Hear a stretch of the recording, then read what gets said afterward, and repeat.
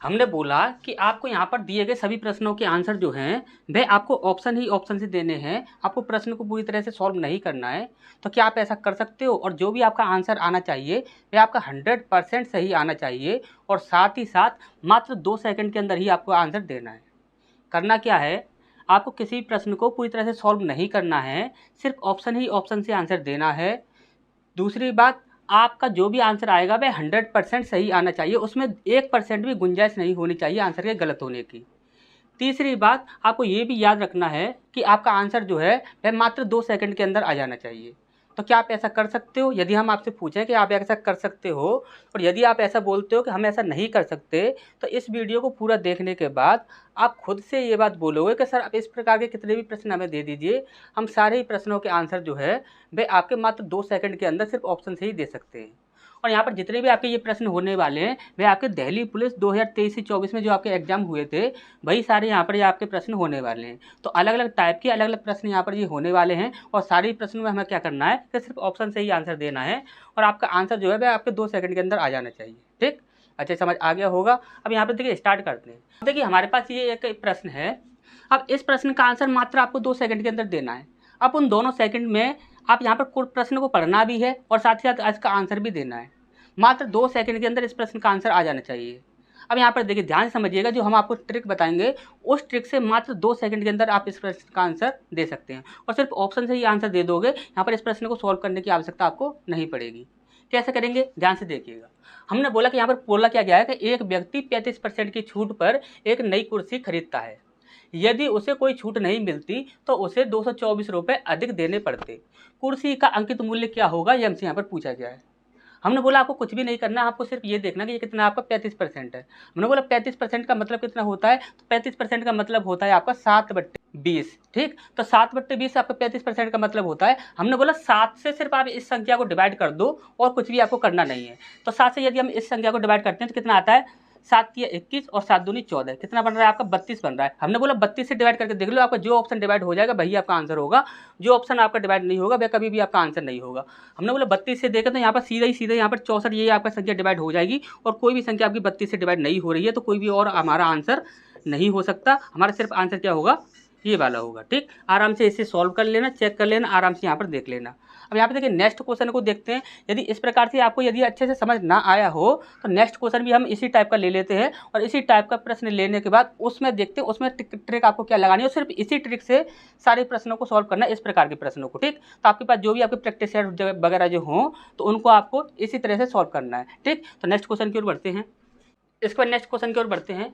अब देखिए ये हमारे एक प्रश्न है, इस प्रश्न का आंसर मात्र आपको 2 सेकंड के अंदर देना है। अब 2 सेकंड में आपको प्रश्न पढ़ना भी है और साथ ही साथ इसका आंसर भी देना है। आपको ऐसी क्या ट्रिक लगानी है कि इससे आपका 2 सेकंड के अंदर आंसर आ जाए, वो आप यहाँ पर देखोगे। ठीक, तो यहाँ पर देखते हैं यहाँ पर क्या करना है हमारा। तो यहाँ पर देखिए अभी थोड़ी देर पहले हमने जो प्रश्न सॉल्व किया था उसमें क्या था कि यहाँ पर अंतर दिया गया था। जब अंतर दिया गया तो हमें यहाँ पर डायरेक्ट ही परसेंट से यहाँ पर उसे सॉल्व किया था। अब यहाँ पर हमने देखा कि यहाँ पर अंतर नहीं दिया गया है, यहाँ पर आपका विक्रय मूल्य दिया गया है। तो जब कभी इस प्रकार से यदि छूट दी जाएगी और साथ में आपका विक्रय मूल्य भी दिया जाएगा तो आपको क्या करना है कि यहाँ पर जो भी आपका परसेंट होगा उसे आपको लेकर क्या करना है, ध्यान से समझिएगा। हमने बोला कि 10% का मतलब कितना होता है, 1/10 होता है। 10% का मतलब 1/10 होता है। यहाँ पर छूट की बात कर रहा है तो 10 में से हमने आपका 1 माइनस कर दिया, नीचे वाली संख्या में से ऊपर वाली संख्या माइनस कर दी, 10 में से 1 माइनस कर दिया, कितना बचा आपका 9 बचा। हमने बोला कि यहाँ पर सिर्फ 9 से इसे डिवाइड कर दो, जो भी संख्या आएगी उससे आप ऑप्शंस को डिवाइड करके देख लेना, जो भी आपका आंसर होगा वह 100% आपको मिल जाएगा। हमने बोला यदि हम इसे 9 से डिवाइड करते हैं तो हमारा कितना आता है, 9 7 63 और 9 पंजे 45 और 0। इस प्रकार से ये आपका बन रहा है। हमने बोला कि 750 से यहाँ पर डिवाइड करके देख लो, जो भी ऑप्शन होगा वह आपका डिवाइड हो जाएगा, वही आपका आंसर होगा। जो ऑप्शन आपका डिवाइड नहीं होगा वह आपका आंसर नहीं होगा। हमने बोला कि यहाँ पर 750 से आपका ये 800 डिवाइड होगा नहीं, 700 डिवाइड होगा नहीं, 165 डिवाइड होगा नहीं, ये आपका डिवाइड नहीं होगा और 750 से सीधे सीधे यही डिवाइड होगा, तो यही हमारा आंसर हो जाएगा और कोई भी हमारा आंसर नहीं हो सकता है। आराम से आप यहाँ पर इसे सॉल्व कर लेना, चेक कर लेना, कुछ भी कर लेना। ठीक, अच्छे समझ आ गया होगा। अब नेक्स्ट क्वेश्चन में क्या ट्रिक लगानी है उसे देखते हैं। इसके बाद नेक्स्ट क्वेश्चन की ओर बढ़ते हैं। अब देखिए ये हमारा एक प्रश्न है, इस प्रश्न का आंसर आपको मात्र 2 सेकंड के अंदर देना है। अब आप बोलोगे सर यहाँ पर 2 सेकंड के अंदर इसका आंसर कैसे आ जाएगा, कि हम जो आपको तरीका बताएंगे उस तरीके से यदि आप इसे सॉल्व करोगे तो मात्र 2 सेकंड के अंदर आंसर आ जाएगा। और यदि आप अपने तरीके से जो भी आपका अलग जो टीचर बताते हैं यदि उस तरीके से यदि आप इसे सॉल्व करोगे तो आपको पूरे प्रश्न को सॉल्व करना होगा। यहाँ पर 2 सेकंड में आपका आंसर नहीं आएगा। लेकिन हम जो आपको तरीका बताएंगे उससे आपका मात्र 2 सेकंड के अंदर आंसर आ जाएगा। 2 सेकंड के अंदर आपको प्रश्न का सॉल्व भी करना है, सॉरी 2 सेकंड के अंदर मात्र आपको प्रश्न को पढ़ना भी है और साथ में आंसर भी दे देना है। कैसे करोगे, ध्यान से देखिए। हमने बोला कि यहाँ पर बोला गया है कि यदि P की आय Q से 25% कम है तो P और Q की संयुक्त आय P से कितने प्रतिशत अधिक है। हमने बोला सिर्फ इतना आपको देखना है ये किससे बोल रहा है, तो बोल रहा है P से कितना प्रतिशत अधिक है या कम है, कुछ भी बोल दे, हमें इससे कोई मतलब नहीं है, लेकिन P से बोल रहा है। ठीक, अब देखिए यहाँ पर हमारा समय यहाँ पर जो भी लगेगा वो हमें यहाँ पर आपको समझाने में लगेगा, सिर्फ समझाने में ही समय लगेगा, लेकिन आप सॉल्व करोगे तो मात्र 2 सेकंड के अंदर सॉल्व कर दोगे। अब यहाँ पर हमें क्या देखना था, बस सिर्फ इतना देखना था किससे बोल रहा है, वो तो P से बोल रहा है। ठीक, अब यहाँ पर देखिए, यहाँ पर बोला गया कि P की आय Q से 25% कम है। हमने बोला 25% का मतलब कितना होता है, 25% का मतलब होता है 1/4। कितना होता है, 1/4 होता है, यानी कि P की आय जो है वह Q से 25% कम है, तो यानी कि Q की आपकी 4 होगी, P की कितनी होगी, 3 होगी। ठीक, इतनी सी बात तो आपको अच्छे समझ गए होंगे। अब आपको कुछ भी नहीं करना है, आपको कुछ भी नहीं करना है।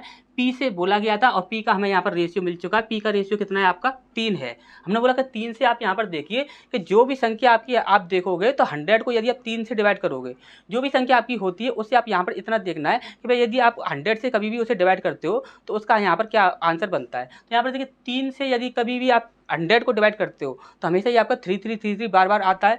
तो यहाँ पर आप देखोगे तो यहाँ पर 3333 यहाँ पर आपका बार बार आ रहा है। यदि यहाँ पर बार बार यहाँ पर 3333 आ रहा है, यहाँ पर 100% हमारा यही आंसर होगा और कोई भी हमारा आंसर नहीं हो सकता। इतना आपको सिर्फ देख लेना है। ठीक, अच्छा समझ आ गया होगा। नेक्स्ट क्वेश्चन की ओर बढ़ते हैं। इस पर नेक्स्ट क्वेश्चन की ओर बढ़ते हैं।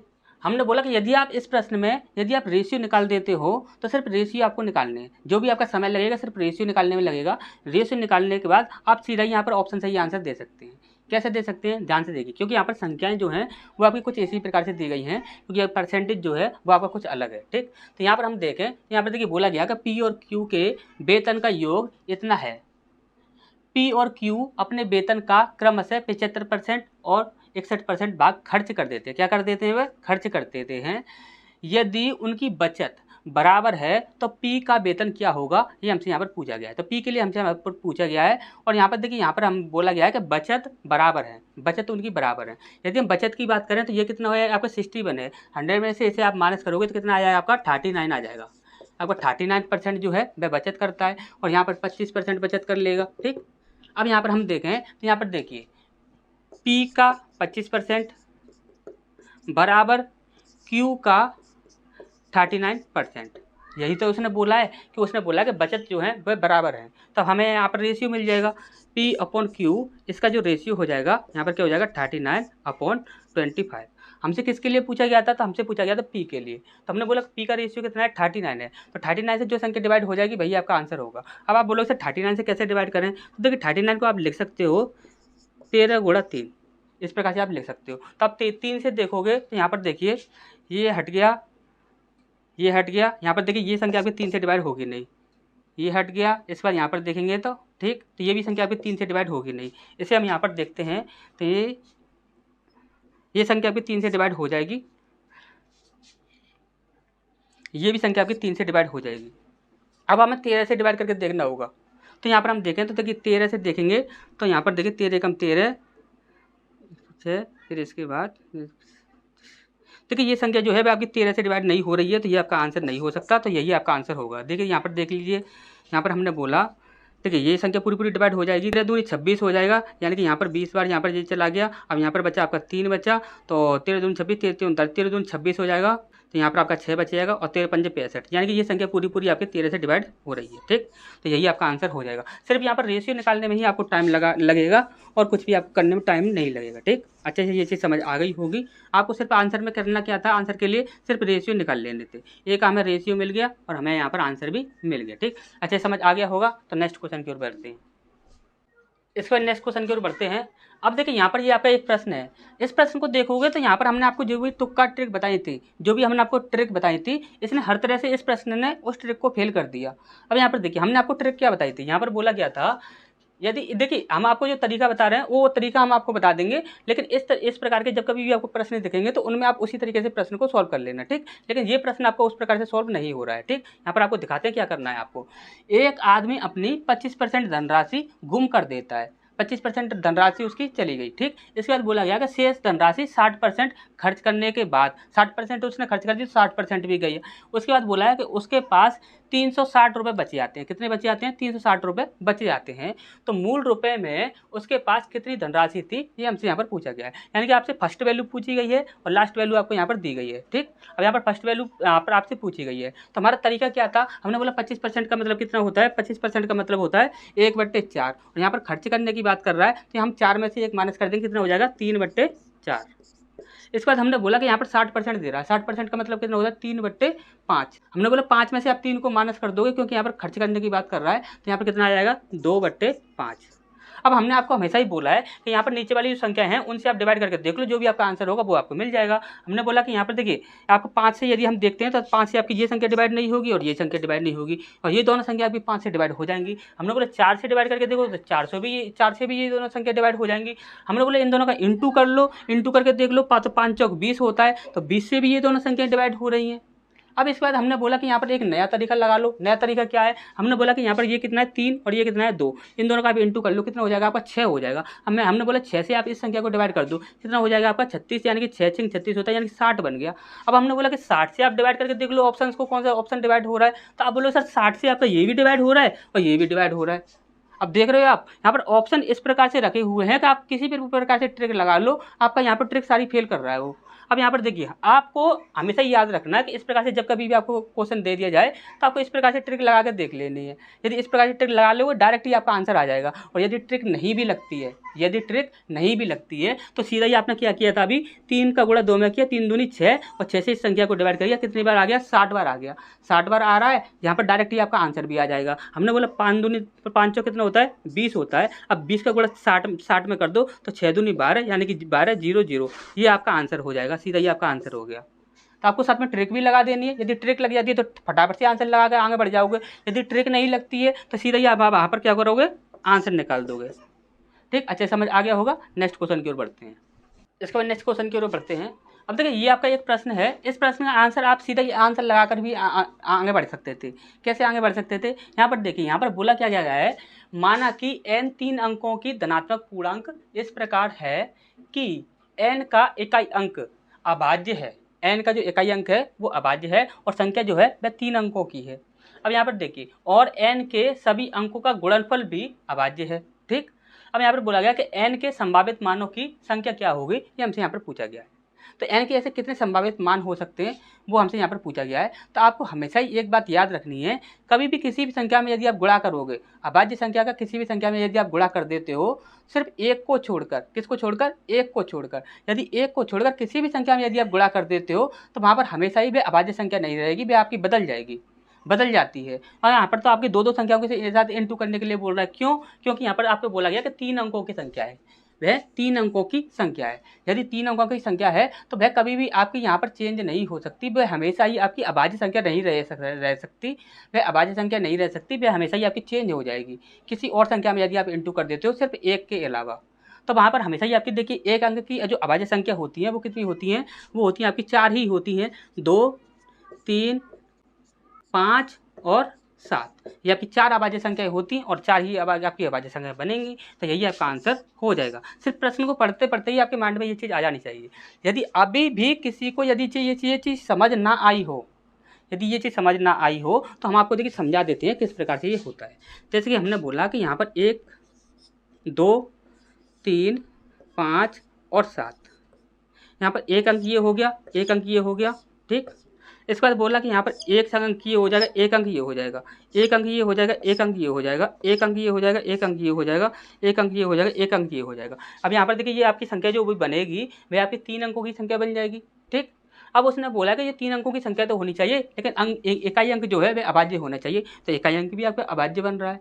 अब यहाँ पर बोला गया कि गुणनफल जो होगा वो भी आपका अभाज्य ही होना चाहिए। अब गुणनफल यदि अभाज्य करोगे तो यहाँ पर देखिए आप कुछ भी संख्या रख लो, एक के सिवा कोई और संख्या यदि आपने रख दी तो सीधा ही वह आपकी अभाज्य संख्या से चेंज हो जाएगी। यहाँ पर देखिए जैसे कि हम यहाँ पर देखिए 2 रख दें तो 2 दूनी 4 अभाज्य नहीं होता है। यहाँ पर हम 3 रख दें तो 3 दूनी 6 अभाज्य नहीं होता है। यहाँ पर हम कुछ भी रख दें, यहाँ पर 5 रख दें तो 5 दूनी 10 अभाज्य नहीं होता है। तो कोई भी आपकी अभाज्य संख्या इस प्रकार से आपकी बन नहीं सकती। आपको सिर्फ यहाँ पर क्या करना होगा, यहाँ पर आपका 1, यहाँ पर आपका 1, यहाँ पर आपका 1, यहाँ पर आपका 1, ये चीज़ आपको याद रखनी है। ठीक, अब यहाँ पर देखिए एक में कभी भी आप इसका इंटू कर लो, हमेशा ही आपके यहाँ पर क्या होगा, अभाज्य संख्या ही बनेगी, क्योंकि वह वही संख्या रह जाएगी। एक में इंटू करने पर वही संख्या रह जाती है आपकी। और आप यहाँ पर ये देखो तो यहाँ पर यदि हम 4 से ज़्यादा देखें तो यहाँ पर 4 के बाद आपकी 11 भी आ जाती है, तो 11 को हम यहाँ पर क्यों नहीं ले रहे हैं, ये भी आपके माइंड में आना चाहिए कि यहाँ पर हम देखें तो यहाँ पर 2 ले लिया, 3 ले लिया, 5 ले लिया, 7 ले लिया। अब इसके बाद 11 भी तो आती है, 11 को भी हम ले सकते हैं, लेकिन 11 को लेते हो तो आपकी 3 अंकों की नहीं रहेगी, वह आपकी क्या हो जाएगी, वह 4 अंकों की बन जाएगी। कैसे बन जाएगी, 11 यहाँ पर ले लिया, एक अंक यहाँ पर आएगा, एक अंक यहाँ पर आएगा। आप ऐसा नहीं कर सकते कि यहाँ पर एक रख दिया, यहाँ पर एक रख दिया, इस प्रकार से नहीं, इकाई अंक आपका अभाज्य होना चाहिए। तो ये 11 अभाज्य हो गया। यहाँ पर आप कुछ भी रख लो, कुछ भी रख लो, तो यहाँ पर देखिए 1 2 3 4, 4 अंकों की संख्या बन गई। तो ये चीज़ आपको अच्छे से समझ आ गई होगी, हमें ऐसा लगता है कि अच्छे से ये चीज़ आपको समझ आ गई होगी। तो नेक्स्ट क्वेश्चन की ओर बढ़ते हैं। ठीक, इसके बाद नेक्स्ट क्वेश्चन की ओर बढ़ते हैं। अब देखिए ये आपका जो प्रश्न है इसमें क्या बोला गया, निम्नलिखित में से कौन सी संख्या, ये जो संख्या है इसके सभी अभाज्य गुणनखंडों के योग के अधिक है। इनमें से यदि ऐसी कौन सी संख्या होगी कि जो इस संख्या के सभी अभाज्य गुणनखंडों के योग से अधिक होगी। अब यहाँ पे देखिए इस प्रकार के प्रश्न जो होंगे वो आपके सीधे माइंड से ही बनाए जाते हैं, तो इस प्रकार के प्रश्नों को सीधे सॉल्व ही करना होता है। तो यहाँ पर देखिए यहाँ पर हम क्या करेंगे, इसके सीधे अभाज्य गुणनखंड निकालेंगे, और अभाज्य गुणनखंड निकालने के लिए हम क्या करना है, एलसीएम यहाँ पर लेना होता है। यदि हम एलसीएम लेंगे तो यहाँ पर किस प्रकार से लेंगे, जैसे कि हमने बोला कि 2 1 4 5, इस प्रकार से है ये। ठीक, अब यहाँ पर इसका एलसीएम निकालेंगे तो कैसे निकालेंगे, यहाँ पर हम देखिए यहाँ पर ये 5 से डिवाइड हो रही है, सीधा 5 से ही डिवाइड कर देते हैं। 5 चौक 20, इसके बाद 5 दूनी 10, 5 नाम 45। ठीक, इस बात हम यहाँ पर देखते हैं ये संख्या आपकी देखिए 3 से डिवाइड हो जाएगी, 3 से कर देते हैं। यहाँ पर देखिए 3 एकम 3, 3 चौक 12 और 3 तिया 9। ठीक, अब यहाँ पर हम देखते हैं तो देखिए यहाँ पर ये 11 से डिवाइड हो रही है, तो यहाँ पर 11 से डिवाइड कर देते हैं। तो 11 से करेंगे तो 11 एकम 11 और 11 तिया 33। ठीक, इसके बाद यहाँ पर ये 13 बन जाएगा। अब यहाँ पर देखिए इनका हमें यहाँ पर योग करना होगा, इनका यदि हम योग करते हैं तो उससे अधिक कौन सी संख्या है वो हमसे यहाँ पर पूछी गई है। तो यहाँ पर हम देखेंगे तो देखिए 10 और 10 20 और 20 और 25 26 27 28 29 30 31 और 32, कितना बन रहा है आपका, 32 बन रहा है। अब यहाँ पर देखिए 32 से छोटा है 31, 32 के बराबर है 31, 32 से ये छोटा है 29, तो यहाँ पर 32 से बड़ा कौन सा है, तो 41 है, यही आपका आंसर हो जाएगा। ठीक, अच्छे समझ आया होगा। नेक्स्ट क्वेश्चन की ओर बढ़ते हैं। इसके बाद नेक्स्ट क्वेश्चन की ओर बढ़ते हैं। अब देखिए ये आपका देखिए किस प्रकार का प्रश्न है, यहाँ पर बोला गया कि जुड़वा अभाज्य संख्याएं होती हैं जिनका अंतर हमेशा 2 के बराबर होता है। कितने के बराबर बोला गया है, 2 के बराबर होता है। 35 और 100 के बीच जुड़वा अभाज्य संख्याओं की संख्या कितनी होगी, ये हमसे यहाँ पर पूछा गया है। तो देखिए जुड़वा अभाज्य संख्याओं की जो संख्या होगी वो किस प्रकार से पूछी गई है कि उसका अंतर जो है वह आपका 2 होना चाहिए। तो ऐसी कितनी संख्याएं ऐसी बनेंगी जिनका अंतर आपका 2 बनेगा। ठीक, तो आपको यहाँ पर हमने आपको जो तरीका बताया था अभाज्य संख्याओं में, अभाज्य संख्या वाला वीडियो यदि आपने ना देखा हो तो हम बार बार बोल रहे हैं अभाज्य संख्या वाला वीडियो आप देख लीजिए, क्योंकि अभाज्य संख्या से आपके सबसे ज़्यादा प्रश्न पूछे जाते हैं। तो अभाज्य संख्या वाला जो वीडियो है उसे आप जरूर देख लीजिएगा। ठीक, तो यहाँ पर देखिए हमने आपको क्या बोला था, यहाँ पर बोला गया कि 35 से 100 तक। तो हमने बोला कि यहाँ पर देखिए यहाँ पर 35 की यदि हम बात करते हैं तो आपका यहाँ पर 30 की लाइन में 2 ही अभाज्य संख्या होती हैं, 31 और 37। और इसी प्रकार से हम देखेंगे 40 40 50 और 60। तो 60 की लाइन में कितनी हो जाएंगी, 61 और 67, बताया था ना। इसी प्रकार से यदि हम इसी प्रकार से देखते हैं यहाँ पर 40 की लाइन में कितनी हो जाएंगी, तो 41 43 और 47। और इसी प्रकार से हम देखेंगे तो यहाँ पर 70 की लाइन में कितनी हो जाएंगी, तो यहाँ पर इसी प्रकार से चलेंगे 71 73 और यहाँ पर एक आगे बढ़ाएंगे तो कितना हो जाएगा 79, क्योंकि 11 की लाइन में कितने होते हैं, 11 13 17 19, तो यहाँ पर 19 वाले यहाँ पर लेते हैं। हमने आपको तरीका पहले ही बता रखा है। अब अभाज्य संख्या वाली वीडियो देख लीजिए, आप खुद से ही यहाँ पर सीधी हमने बोला कि आप 100 से 1 से लेकर 100 तक अभाज्य संख्या लिख दो तो तुरंत आप लिख दोगे, आपको कुछ भी टेंशन नहीं होगी। अब हमने यहाँ पर बोला कि यदि हम 20 की लाइन में देखते हैं तो आपकी 23 29, 50 की लाइन में कितनी होगी 53 59 53 और 59। इसी प्रकार से 80 की लाइन में 83 80 लाइन। ठीक, अच्छे से आपको ये चीज़ें आपको पहले ही हमने आपको समझा रखी है, तो आप अभाज्य संख्या वाला वीडियो जरूर देख लीजिएगा।